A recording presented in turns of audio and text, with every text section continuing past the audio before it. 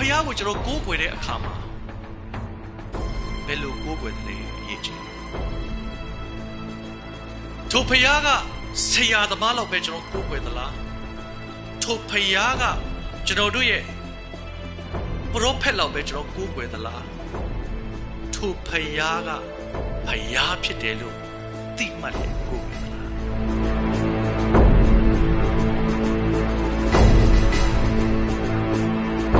တကယ်ယေရှုကတမန်ကျမ်းစာထဲမှာရိုးပြောတာမဟုတ်ဘူးပရောဖက်ပြုတဲ့အနေနဲ့သင်တို့ဒီတာ၍ကြီးသောအမှုကိုပြုမယ်လို့ပြောခြင်းအမှုဟာသင်ယုံဖို့အတွက်ဖြစ်တယ်သင်အသက်တာအတွက်အောင်မြင်ခြင်းကိုပေးမယ်အရာဖြစ်တယ်။ဘာကြောင့်လဲသခင်ယေရှုပြောခဲ့သောစကားပေါ်မှာသင်သည်သဘောတူและလှုပ်ဆောင်သောကြောင့်ဖြစ်တယ်။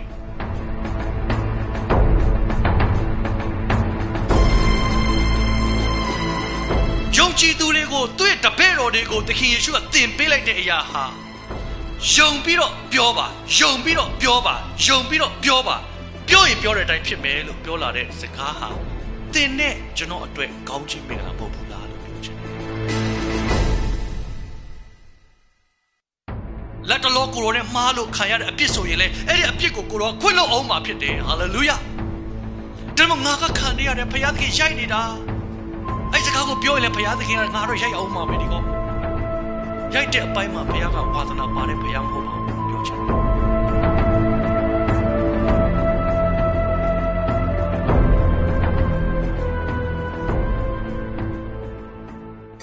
အရှင်ဘုရားကိုရောဒီယနေ့ထက်တိုင်နမိတ်လက္ခဏာနဲ့ပြုတော်မူသောဘုရားဖြစ်ပါတယ်ဖာ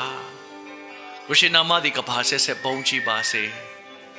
ဒီကိုရောကိုယုံကြည်ခြင်းနဲ့လိုက်လျှောက်တော်သားသမီးအရောက်တိုင်းမှာလည်းကိုရှင်ဘုရားအတိုင်းကိုရှင်ဘုရားရဲ့အမှုတော်သည်တာ၍ပြည့်စုံပွဲဖြစ်စေသောကြောင့်ယေရှုတင်ပါတယ်ဖာနှုတ်ကပတ်တော်ကောင်းချီးပေးတော်မူပါအရောက်တိုင်းသက်တာမှာမင်္ဂလာရှိစေတော်မူပါကိုရှင်ဘုရားမင်္ဂလာနဲ့ပြည့်စုံစေပါမိကြောင်းကောင်းချီးပေးပါ၏ဖာတကယ်ခရစ်တော်ဘုရား၏နာမတော်မြတ်၌ယိုသေးစွာဆုတောင်းပါ၏အာမင်ရောက်တိုင်းထိုင်အောင်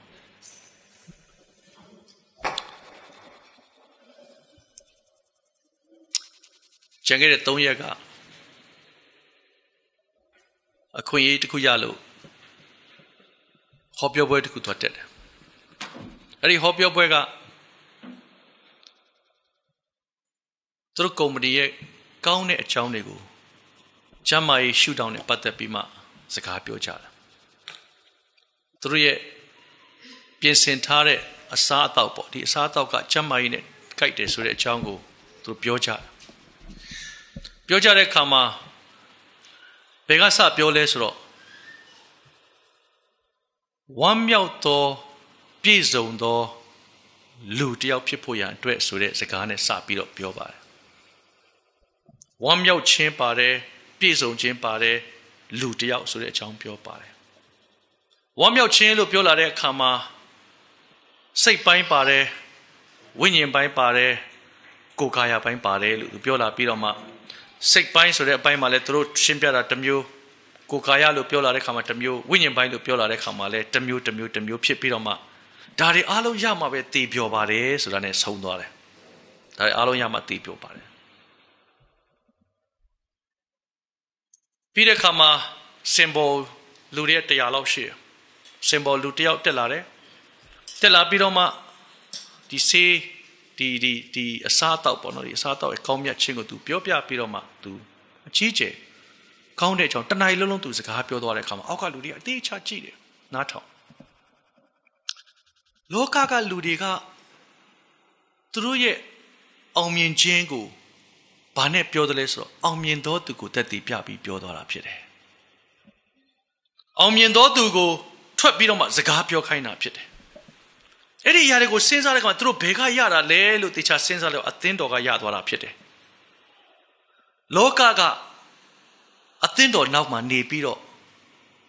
အသင်းတော်ရဲ့လှုပ်ဆောင်မှုတွေကိုပဲကြည့်ပြီးတော့မှလောကကလူတွေလိုက်လုပ်နေတာဖြစ်တယ်အာမင်သို့တော့ဘာပြန်ဖြစ်လာလဲဆိုတော့လောကကလှုပ်သွားတဲ့အခါမှာအရာအောင်မြင်သွားတဲ့အတွက်ကြောင့်အသင်းတော်တွေကအဲ့ဒီလောကနောက်ကိုပြန်လိုက်သွားတဲ့အခါမှာတော့အမှားတွေဖြစ်လာတယ်ကမ္ဘာလောကကြီးကိုသေချာကြည့်ပါတီထွင်မှုတွေကြံစမှုတွေအောင်မြင်မှုတွေစဉ်းစားဆင်ခြင်မှုတွေအသစ်တွေတီထွင်မှုတွေအားလုံးကဘယ်ကလာတယ်လဲဆိုရင် ဖယားကိုကြောက်ရွံ့တဲ့နိုင်ငံတွေကလူတွေစီကပဲလာတာဖြစ်တယ်ဖယားကိုကြောက်ရွံ့တဲ့သူတွေဖယားကိုသိတဲ့သူတွေဖယားသခင်ရဲ့အလိုက်အလာကိုနားလည်တဲ့သူတွေကဖယားသခင်ပေးတဲ့ဉာဏ်ပညာကြောင့်ဘုရားသခင်အလိုတော်ကြောင့်လိုက်ရင်နဲ့ဘုရားသခင်ပေးတဲ့ကောင်းကြီးမင်္ဂလာတွေလောကသားတွေလက်ထဲရောက်သွားတဲ့အခါမှာလောကသားတွေကအဲ့ဒီ principle တွေပေါ့နော်လှုပ်ဆောင်ရမယ့်စီကံကလနာတိုင်းလှုပ်သွားတယ်ဘုရားကိုမသိတော့လေကောင်းကြီးမင်္ဂလာရသွားတယ်ဆိုတော့ဆရာတွေ့သွားတယ်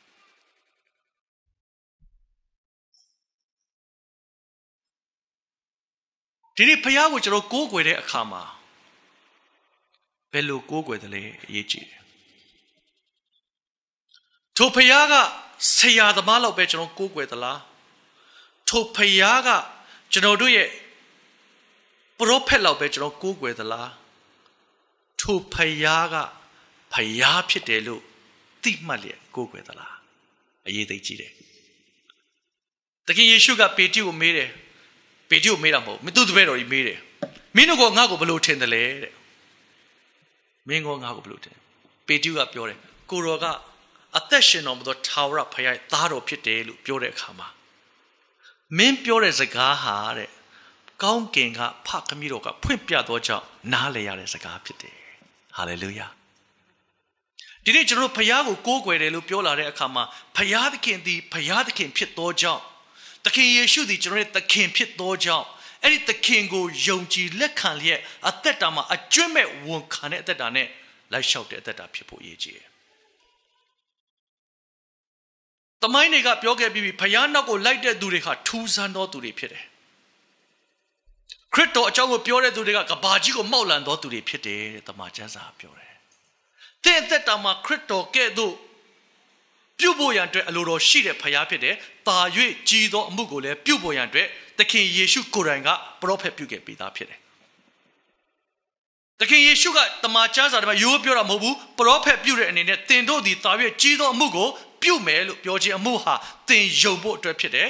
သင်အသက်တာအတွက်အောင်မြင်ခြင်းကိုပေးမယ့်အရာဖြစ်တယ်ဘာကြောင့်လဲသခင်ယေရှုပြောခဲ့သောစကားပေါ်မှာသင်သည်သဘောတူလက်လှုပ်ဆောင်သောကြောင့်ဖြစ်တယ်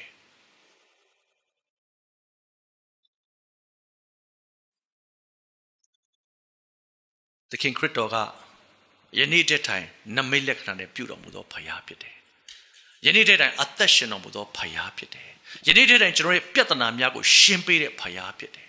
ကျွန်တော်အခက်ခဲများကိုဖြေရှင်းတယ်လို့ပြောလာတဲ့အခါမှာဘယ်လိုဖြေရှင်းသလဲဆိုတာကိုမမေးနဲ့ထိုဖခင်ကနီးမျိုးစုံနဲ့ဖြေရှင်းတဲ့ဖခင်ဖြစ်တယ်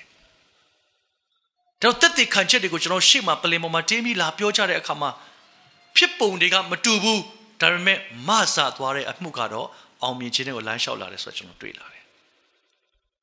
အရောက်တိုင်းမှာမင်္ဂလာရှိပါစေအာမင်အရောက်တိုင်းမှာမင်္ဂလာရှိပါစေသခင်ယေရှုကပြောတဲ့အတိုင်းဖြစ်တယ်ပြောတဲ့ပုံကရည်စရာဖြစ်တော်လဲပဲဖြစ်နေတာကိုတွေ့လိမ့်မယ်သခင်ယေရှုကပြောရင်ပြောတဲ့အတိုင်းဖြစ်တယ်ဖခင်ဖြစ်တယ်မာကုအခန်းကြီး7ကိုကျွန်တော်တစ်ချက်ကလေးကြည့်အောင်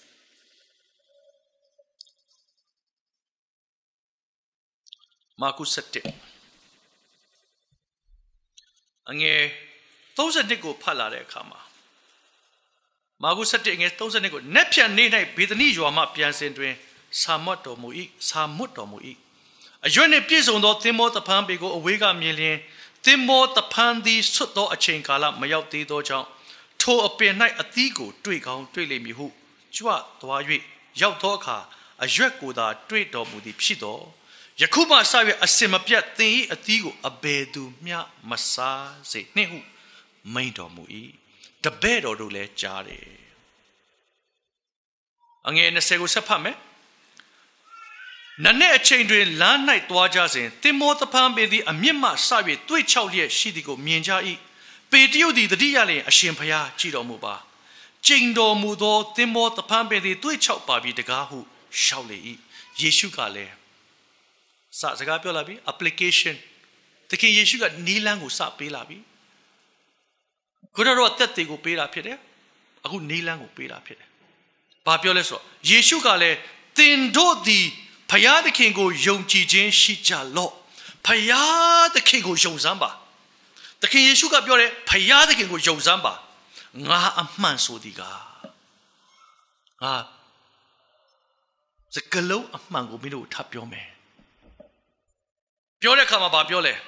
အကျဉ်သူသည်ယုံမှားသောစိတ်နှင့်ကင်း၍မိမိဆိုသည့်အတိုင်းဖြစ်မည်ဟုယုံကြည်လျက်ဆိုတဲ့စကားလုံးလေးတစ်လုံးသုံးလာတယ်သခင်ယေရှုကတပည့်တော်တွေနဲ့ယေရုရှလင်မြို့ကိုတွားပြီးတော့မှအကိုင်းခက်တွေနဲ့ဟာလာမင်္ဂလာရှိစေသတည်းဒါကျွန်တော်သိတယ်အားလုံး Easter Sunday မှာဖြစ်တဲ့အကြောင်းဖြစ်တယ်တွားလာတဲ့အခါမှာသင်္ဘောတဖန်းပေကိုတွေ့တော့အသီးရှိရမယ်ကာလအသီးသိရမယ်ကာလလို့ပြောလာတဲ့အခါမှာသတိထားဖို့အရေးကြီးတယ်ကာလဆိုတာကအရွယ်တစ်ခုရောက်ပြီးတော့မှအသီးသိနေရမယ်ကာလကိုပြောနေတာဖြစ်တယ်ငယ်ရွယ်တဲ့အသီးပင်ကိုပြောတာမဟုတ်ဘူးအချိန်မတန်ခင်သီးမဲ့အသီးကိုပြောတာမဟုတ်ဘူးဘုရားသခင်က right time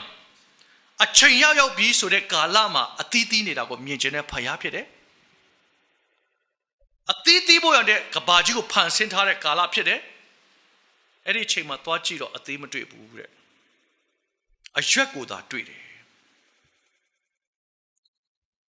အသီးမသီးဘူးအရွက်ကိုသာတွေ့တယ်ချစ်တော်ညီကိုမောင်နှမတို့ယနေ့အသက်တာများကိုပြင်ဆင်ကြရအောင်သခင်ခရစ်တော်လောကကိုပြန်ကြွလာဖို့ရအတွက်အင်မတန်နေပြီဖြစ်တယ်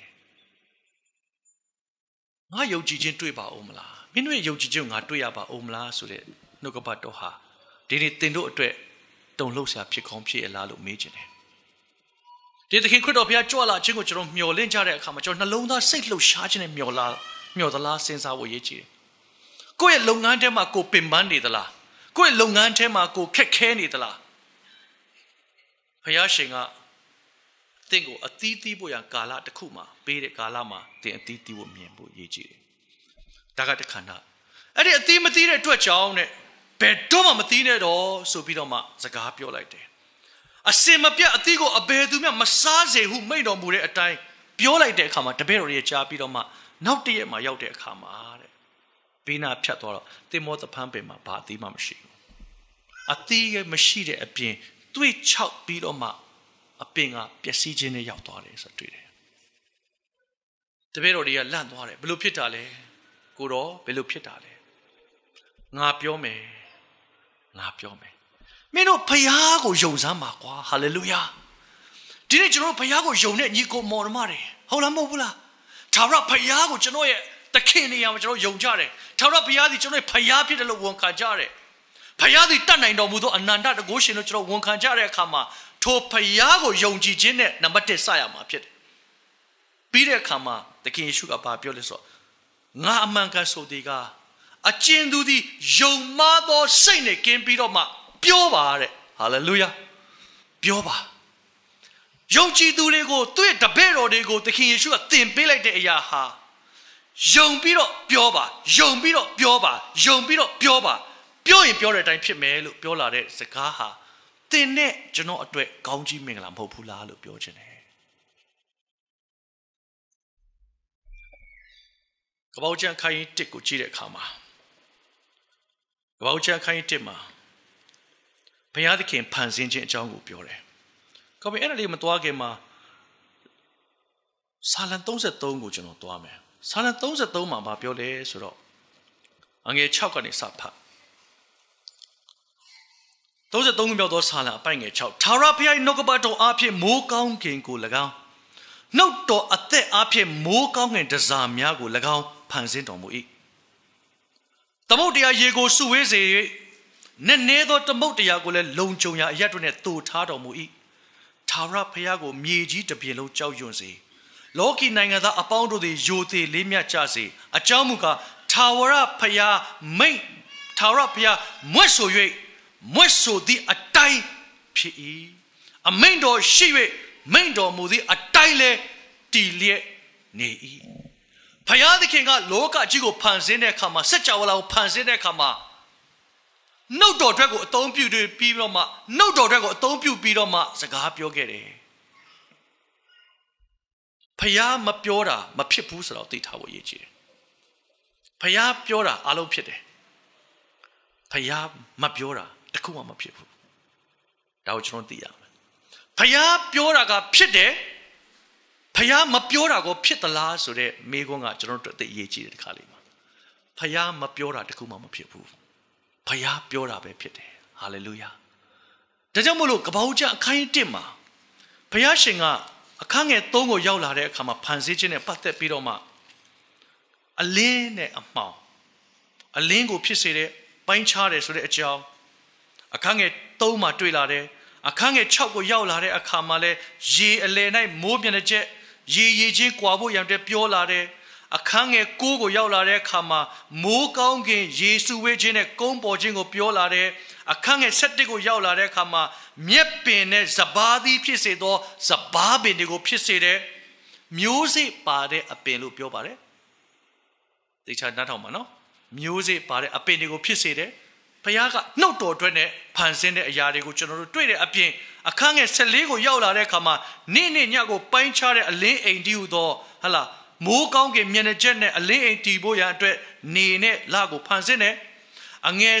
28ကိုရောက်လာတဲ့အခါကျတော့မှအလင်းအိမ်မှောင်မိုက်ကြီးကျဲနဲ့ခတ်တာယာကိုဖန်ဆင်းတယ်20နဲ့မှ4ကိုရောက်လာ22ကိုရောက်လာတဲ့အခါမှာတော့တလိษံတွေကိုဖန်ဆင်းခြင်းနဲ့ငါတွားတတ်တဲ့အရာကိုပြောပြီးတော့မှ24မှာတော့မြေဒီအသက်ရှင်တဲ့တတဝါသားရင်ဒီကိုပြောပြီးတော့26ရောက်မှလူကိုဖန်ဆင်းတယ်ဘယ်တဲ့ချိန်ပြောလဲဆို8ချိန်ပြောတယ်6ရက်မှာ8ချိန်အမိန့်ပြောတယ်အမိန့်ပေးတယ်စัจ java လောက်ဖန်ဆင်းတဲ့အခါမှာဘုရားသခင်8ချိန်နှုတ်တော်အတွက်ပြုတဲ့အတွက်ကြောင့်ပြည့်စုံခြင်းရောက်လာတယ်6ရက်မြောက်သောနေ့မှာကိုတော်နားတယ်6ရက်မြောက်သောနေ့မှာလှုပ်ပြီးတော့9ရက်နေ့မြောက်သောနေ့မှာကိုတော်နားတယ်နားရနေ့ဖြစ်တယ်ဘုရားရှင်က8ကြိမ်ပြောပြီးတော့စัจ java နဲ့လူကိုဖန်ဆင်းတာဖြစ်တယ်8ဆိုတဲ့ကဏ္ဍဟာ9ဆိုတာပြည့်စုံခြင်းဖြစ်တယ်9ဆိုတာနားခြင်းဖြစ်တယ်8ဆိုတာကအသစ်ပြန်စားတဲ့နေ့ကိုပြောတာဖြစ်တယ်ယသရဘဆိုတော့ကျွန်တော်တို့မှာရှိတယ်တတိယနေ့ကနေပြီးစနေနေ့ကယသရဘဖြစ်တယ်တတိယနေ့ဟာဒုတိယ8ကြိမ်မြောက်နေ့ဖြစ်တယ်တရက်နေ့ရဲ့8ကြိမ်မြောက်ဖြစ်လာတယ်အသစ်သောအသက်တာကိုပေးတဲ့နေ့ဟာ8ဖြစ်တယ်အာမင်ဘုရားရှင်က8နဲ့ပတ်သက်လာလို့ရှိရင်အသက်တာအသစ်ပြန်လဲလှုပ်ဆောင်ဖို့ရတယ်ပြင်ဆင်တဲ့ဒါကြောင့်မလို့8ကြိမ်ပြောပြီးတော့မှစัจ java လောက်ဖန်ဆင်းတယ်လို့ပြောလာခြင်းက8ကြိမ်ပြည့်စုံသွားတဲ့အခါမှာအဲ့ဒီအရာကတဖန်အသစ်တဖန်လေပတ်လျက်သွားလာဖို့ရတဲ့ဘုရားသခင်ပြင်ဆင်တာဖြစ်တယ်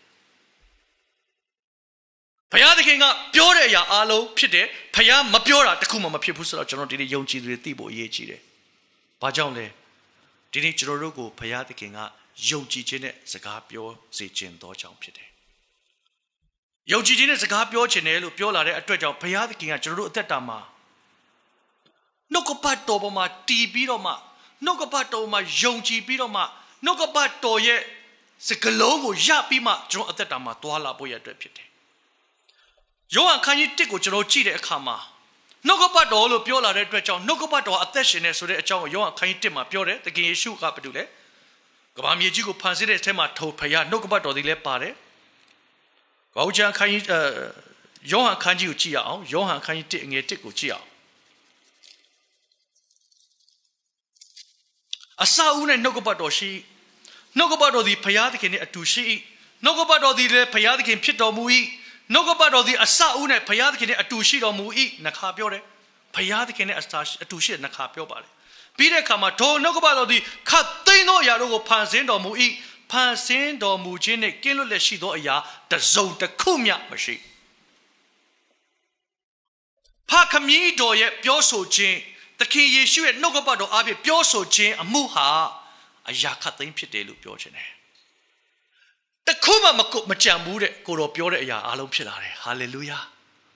နှုတ်ကပတ်တော်ဟာအသက်ရှင်သောကြောင့်သင်နဲ့ကျွန်တော်အတွက်ယက်တည်ရမယ့်အရာဖြစ်တယ်နှုတ်ကပတ်တော်ကကျွန်တော်တို့အတွက်ယက်တည်ပေးထားတာဒီနှုတ်ကပတ်တော်ဖြစ်တယ်နှုတ်ကပတ်တော်ကိုကျွန်တော်စာခဲ့တော့ကျွန်တော်ဘုရားသခင်ပြင်ဆင်ထားပြီးသားဖြစ်တယ်တိုးတော့ထိုနှုတ်ကပတ်တော်ဒီအသက်ရှင်သောကြောင့်ယုံကြည်ခြင်းနဲ့ကျွန်တော်တို့ပြောတတ်ဖို့အရေးကြီးတယ်ကျွန်တော်အသက်တာမှာယုံကြည်ခြင်းနဲ့ပြောတတ်ဖို့ရတယ်ဘာဖြစ်လို့ကျွန်တော်တို့ယုံကြည်ခြင်းနဲ့ပြောရမလဲဆိုရင်သခင်ယေရှုက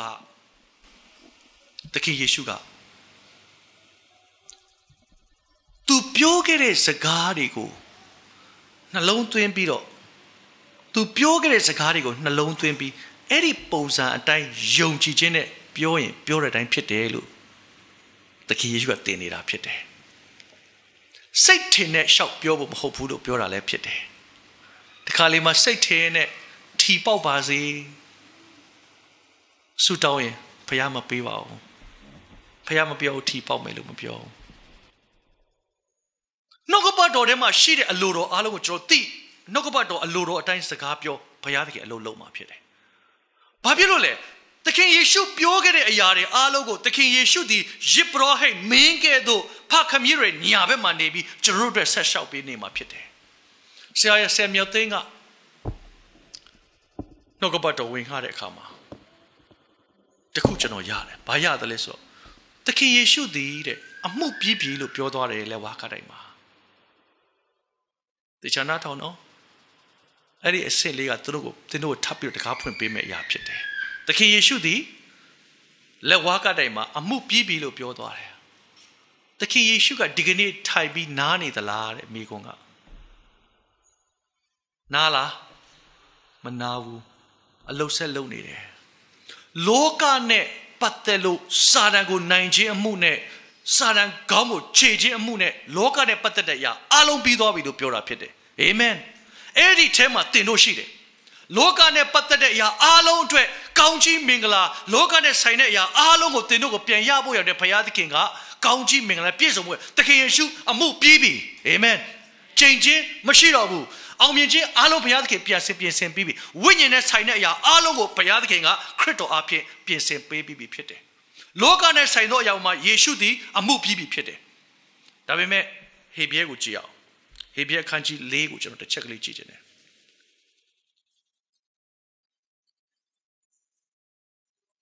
ဟေဘရဲ4ကိုရောက်လာတဲ့အခါမှာတော့ဘာပြောလဲဆိုတော့သခင်ယေရှုကယစ်ပရောဟိတ်မင်းကဲ့သို့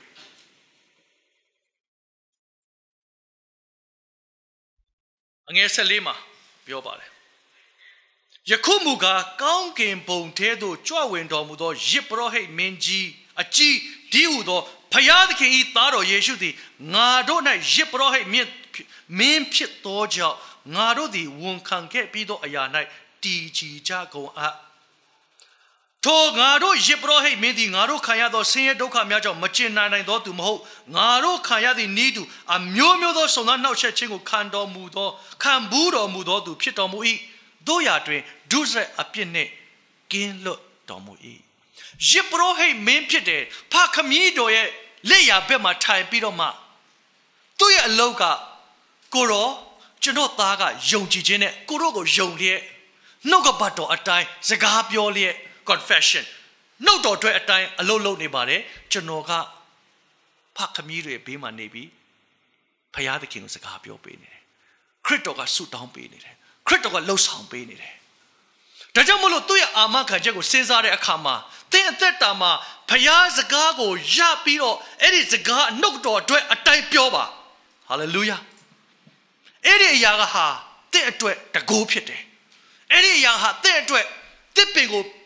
6စေသွားနိုင်တဲ့နှုတ်ကပတ်တော်ဖြစ်တယ်အသက်တာကိုအောင်မြင်သွားစေနိုင်တဲ့နှုတ်ကပတ်တော်ဖြစ်တယ်ကောင်းချီးပေးနိုင်တဲ့နှုတ်ကပတ်တော်ဖြစ်သွားတယ်လူတယောက်ကိုကောင်းချီးပေးတယ်ဆိုတဲ့စကားလုံးကိုကျွန်တော်ပြန်ပြီးစဉ်းစားဖို့အရေးကြီးတယ်ယုံကြည်သူညီကိုမောင်နှမတွေအားပေးပါရစေကောင်းချီးမင်္ဂလာလို့ပြောလိုက်တဲ့မှာငွေလို့တော်တော်တွေးထွက်တယ်မဟုတ်ပါဘူးငွေမဟုတ်ဘူးဇာတာလေးကိုထပ်ပြီးတော့ပြင်မယ်အဲ့ဒီကိစ္စမြန်မာပြည်သွားတာကျေးဇူးတော်ပဲကောင်းချီးတွေအများကြီးရခဲ့တယ်ဆိုရင်တော့ဒါဟုတ်တယ်ငွေဖြစ်တယ်ဆရာတွေပြောတတ်တယ်ဟာကျွန်တော်ပြပတော်ကြီးပြန်လာတော့ဒီကောင်းကြီးတွေအများကြီးရခဲ့တယ်ဆိုတော့ငွေရတယ်လို့အလူငွေရတယ်လို့မပြောချင်လို့ကောင်းကြီးနဲ့သူကပြောလိုက်တဲ့အခါမှာကောင်းကြီးမင်္ဂလာဆိုတာအားလုံးငွေပဲလို့ထင်သွားတယ်မဟုတ်ပါဘူးကောင်းကြီးမင်္ဂလာဆိုတာဖခမည်းတော်ရဲ့ပြည့်စုံခြင်းကတင့်အသက်တာမှာရောက်လာတယ်လို့ပြောတာဖြစ်တယ်ဟာလေလုယာကောင်းကြီးမင်္ဂလာဆိုတဲ့စကားလုံးကဘယ်ဘာသာမှမရှိဒီနေ့တင့်အသက်တာအတွက်ဘုရားသခင်ကောင်းကြီးမင်္ဂလာပြင်နေဆိုတာကဘုရားသခင်ညင်သက်ခြင်းကတင့်အတွက်ဖြစ်တယ်လို့ပြောတာဖြစ်တယ်ဘုရားသခင်အောင်မြင်ခြင်းကတင့်ရဲ့အောင်မြင်ခြင်းဖြစ်တယ်လို့ပြောတာဖြစ်တယ်ဘုရားသခင်ရဲ့ချခဲ့တဲ့ကြမ်းမာခြင်းကတင့်အတွက်ဖြစ်တယ်လို့ပြောတာဖြစ်တယ်ဘုရားသခင်ပေးတဲ့မိသားစုကတင့်အတွက်ဖြစ်တယ်လို့ပြောတာဖြစ်တယ်အဲ့ဒီမိသားစုမှာသားသမီးတွေဝန်းရံပြီးမှတင့်ကိုကောင်းကြီးပေးတဲ့ မိသားစုဟာကောင်းကြီးမင်္ဂလာဖြစ်တယ်လို့ပြောတာဖြစ်တယ်သင်လမ်းလျှောက်သွားတဲ့အခါမှာလူတွေကတင့်ကိုကြည့်ပြီးမှမျော်လင့်ပြီးတော့မှသင်ဟာကျေးဇူးပြုထိုက်တော်သူဖြစ်တယ်လို့ဝန်ခံတဲ့အသက်တာဟာကောင်းကြီးမင်္ဂလာဖြစ်တယ်သင်ကိုကြည့်တဲ့အခါမှာသစ္စာနဲ့ပြည့်စုံတယ်လို့မြင်တဲ့သူရဲ့အသက်တာဟာကောင်းကြီးမင်္ဂလာလို့ပြောတာဖြစ်တယ်ဟာလေလုယာအာမင်လက်ခုပ်တီးပြီးဘုရားကိုချီးမွမ်းရအောင်ဒီနေ့ကောင်းကြီးမင်္ဂလာလို့ပြောလာလို့ရှိရင်တခုတည်းပဲမဆုံးဖြတ်ပါနဲ့ဘယ်တော့မှမဆုံးဖြတ်နဲ့ဘုရားသခင်ရဲ့အရာဖြစ်သောကြောင့်ဘုရားသခင်ရဲ့ဘုံဘုရားသခင်ရဲ့အလိုတော်ဖြစ်သောကြောင့်အဲ့ဒီကောင်းကြီးမင်္ဂလာကိုမျှော်လင့်တဲ့သူဟာ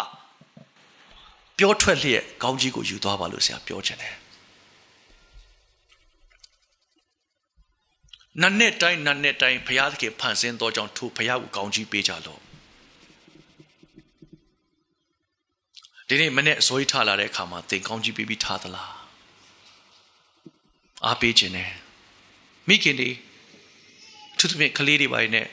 ကြောင်းသွားမှလည်းရှိတယ်ကိုလိုကလန်တွေဖြစ်တယ်ပင်ပန်းတာတွေရှိတယ်နိုးလာတာနဲ့စိတ်ဒေါသထွက်တာတွေရှိတယ်နိုးလာတဲ့ဝုန်းဆိုပြီးတော့မှပြဿနာဖြစ်တာရှိတယ်ဟာမိသွားပြီဆိုတာတွေဝုန်းနဲ့ထကျဲပြီးတော့မှသွားတဲ့ကာလတွေရှိတယ်သင်ကိုဘုရားသခင်စကားပြောနေနေ့တိုင်းတင့်တယ်ဘုရားသခင်ဖန်ဆင်းထားတာအကောင်းဆုံးဖန်ဆင်းထားတာဖြစ်တယ်မနေ့စောကြီးထလာတဲ့ဘုရားသခင်ကိုကောင်းကြီးပေးပါကိုတော့ဒီကနေ့ကကိုတော့ဖန်ဆင်းတဲ့နေ့ဖြစ်တယ်ဟာလေလုယာဘုရုအတွက်ဖန်ဆင်းတာလေဇော်မင်းအတွက်ဖန်ဆင်းတာဖြစ်တယ်ဟာလေလုယာဇော်မင်းကအဲ့ထက်မှကြေနပ်စွာဝမ်းမြောက်ခြင်းနဲ့လမ်းလျှောက်သွားမှာဖြစ်တယ်သင်အဲ့ဒီနှလုံးသားနဲ့လမ်းလျှောက်ကြည့်စမ်းမှာသင်အတွက်ဝမ်းမြောက်စရာနေ့ကအဲ့မှာဘုရားသခင်ပြင်ဆင်တာဘာဖြစ်လို့လဲသင်အတွက်ဖန်ဆင်းထားသောအရာကိုသင်အသိမှပြုတယ်သင်အတွက်ဖန်ဆင်းထားသောအရာကိုသင်သည်သိမှပြုပြီးမှလမ်းလျှောက်ပြီးမှကျေးဇူးတင်တယ်ဆိုနှလုံးသားနဲ့သွားရင်သင်ပြောထွက်သောစကားကြောင့်သင်ကိုကောင်းကြီးမင်္ဂလာရောက်လာမှာဖြစ်တယ်ဟာလေလုယာဘုရားသခင်စီကကောင်းကြီးမင်္ဂလာကိုတောင်းပါနေ့တိုင်းတောင်းပါဇပြန်ပြောမယ်နော်ငွေမတောင်းခိုင်းဘူးကောင်းကြီးမင်္ဂလာကိုနေ့တိုင်းတောင်းပါဟာလေလုယာဘုရားသခင်တင့်အတွက်ပြင်ဆင်ထားတဲ့အရာတွေမြောက်များစွာရှိတယ်ပြင်ဆင်ထားသောအရာတွေလို့ပြောလာတဲ့အခါမှာဒီကနေ့ကျမ်းမာခြင်းဆိုတာရှိဒီကနေ့အသက်တာမှာပြင်ဆင်ထားတယ်လို့ပြောလာတဲ့အခါမှာကြွယ်ဝခြင်းဆိုတာရှိတယ်ကျွန်တော်တို့ညီကိုတွေသိကြိုက်တဲ့နှုတ်ကပတ်တော်လေးတစ်ခုရှိတယ်နှစ်ကောအခန်းကြီး8ငယ်9မှာနှစ်ကောအခန်းကြီး8ငယ်9မှာဗာပြောလ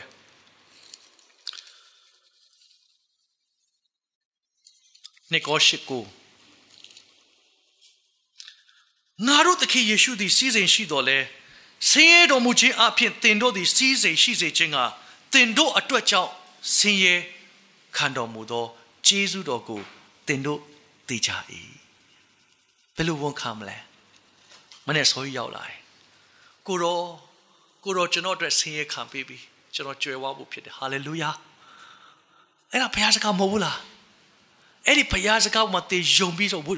ပြောကြည့်စမ်းပါသင်အသက်တာမှာယုံပြီးတော့ပြောကြည့်စမ်းပါမနေ့တော့ဆရာမရှဲဖောကပြောသွားတယ်သူ့ရဲ့ကျမ်းမာခြင်းဟာကိုရောလက်ဝါးကတည်းကခံခဲ့သောအနာ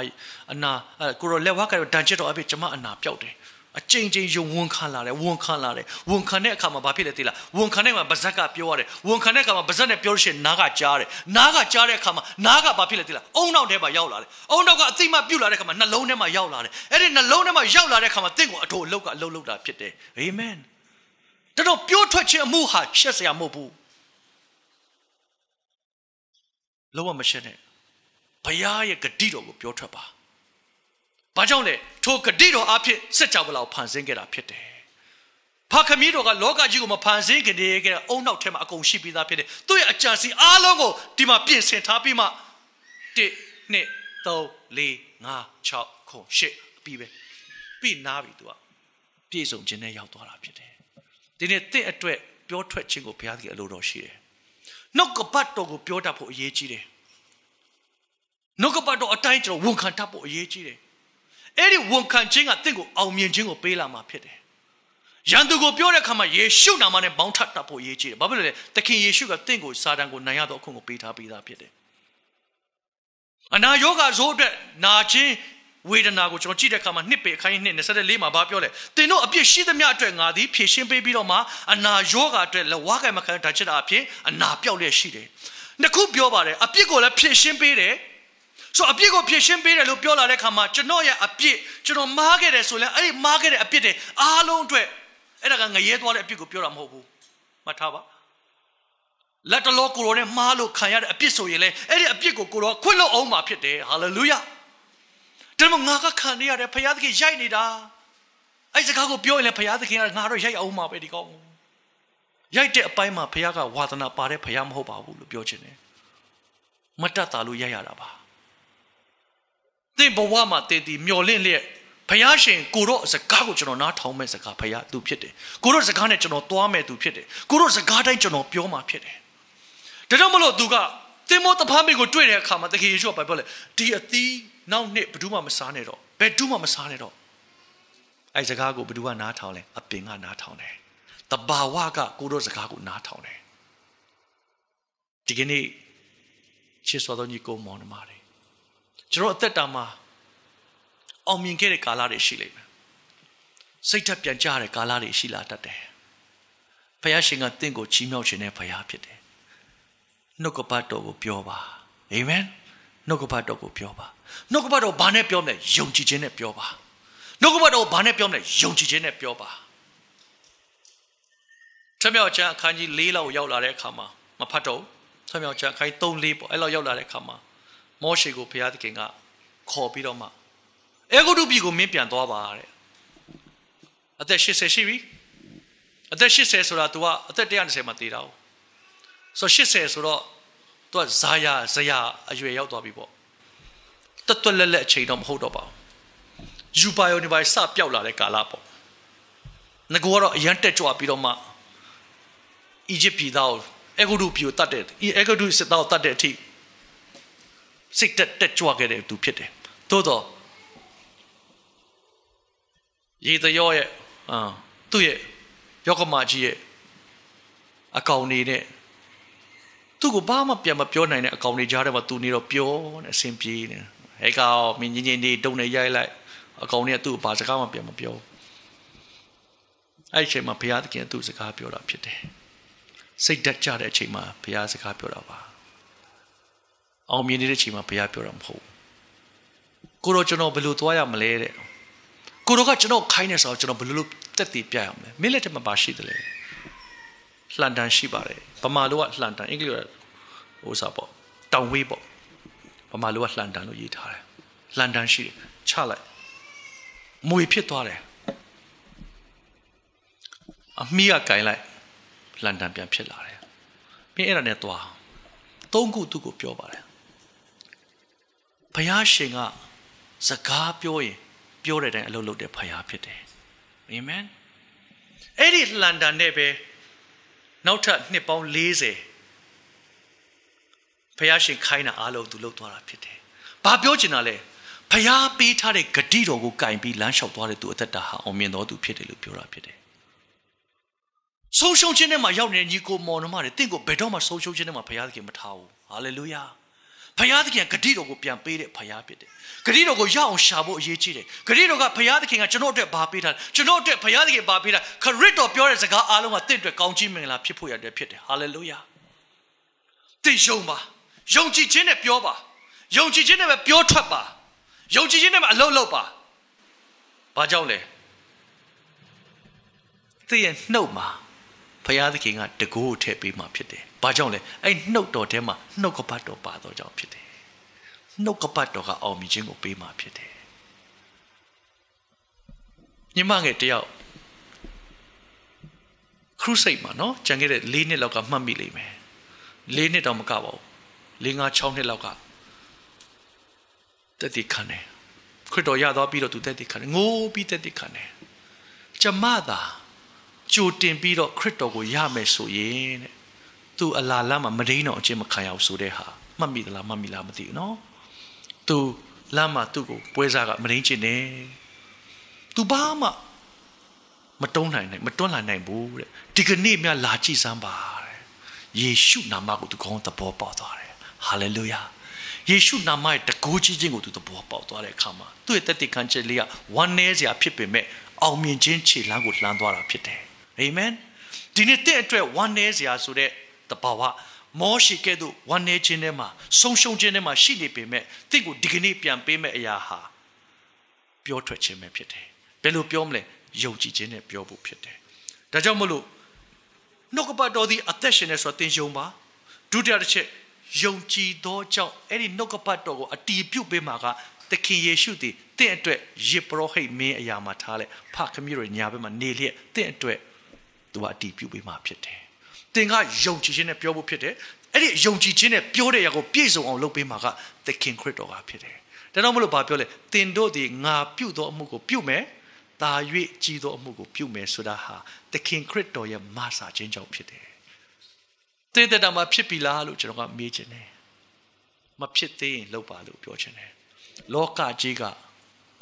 မြောက်များစွာသောလောကသားတွေနှုတ်ကပတ်တော်အတိုင်းလှုပ်ပြီးအောင်မြင်သွားကြတယ်။ယုံကြည်သူတွေ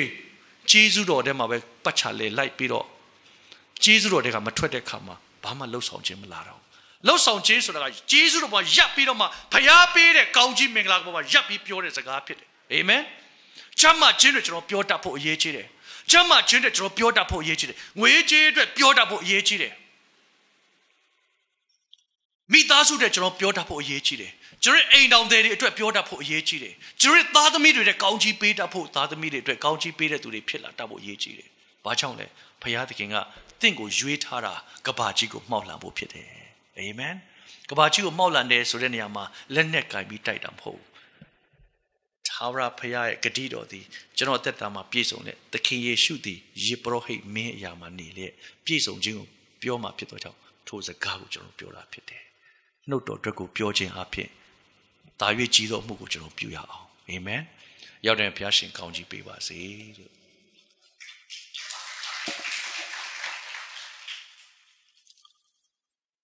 ဒီကြောင့်နှလုံးသားများကိုဖွင့်ပြီးမှအားလုံးမတရားလည်းအသက်တာကိုဆက်ကပ်ကြရအောင်ကိုရိန္သုဩဝါဒစာဒုတိယဆောင်အခန်းကြီး9ကပါပြောဆိုတင်တို့သည်ငါဤတမန်ဖြစ်ကြတယ်တန်တမန်များဖြစ်တယ်လို့ပြောပါတယ်သင်တို့ဒီငါဤတန်တမန်များဖြစ်တယ်ဒီနေ့ကျွန်တော်တန်တမန်ဖြစ်တယ်လို့ပြောလာတဲ့အခါမှာကျွန်တော်ဘယ်လိုနေမလဲစဉ်းစားဖို့ရည်ကြည့်တယ်ကျွန်တော်ပြောဆိုခြင်းကျွန်တော်လှုပ်ဆောင်ခြင်းအမှုအရာခတ်သိကျွန်တော်ပြောတဲ့အရာဟာတည်တတ်ဖို့ရည်ကြည့်တယ်ကျွန်တော်ပြောလိုက်တဲ့အရာဟာတည်ဖို့ရတဲ့နိုင်ငံတော်ကနောက်ကနေမဆသွားမှာဖြစ်တယ်အာမင်ဒါမှမဟုတ်ကျွန်တော်ဘုရားစကားကိုပဲပြောရအောင်တဘာဝကလောကအရာတွေပြောတာနှလုံးသားထဲမှာကျဉ်းတတ်ကြပါတယ်ပြောတတ်ကြပါတယ်သို့တော့တမန်တရားကိုတာပြီးပြောတော့သူများအရောက်တိုင်းဖြစ်ရအောင်လူငယ်တွေတမန်တရားကိုသိလျက်လွတ်ချင်းကိုရလျက်တမန်တရားကိုပြောတော့သူများဖြစ်ကြရအောင်အာမင်ရောက်တဲ့ဘုရားရှင်Can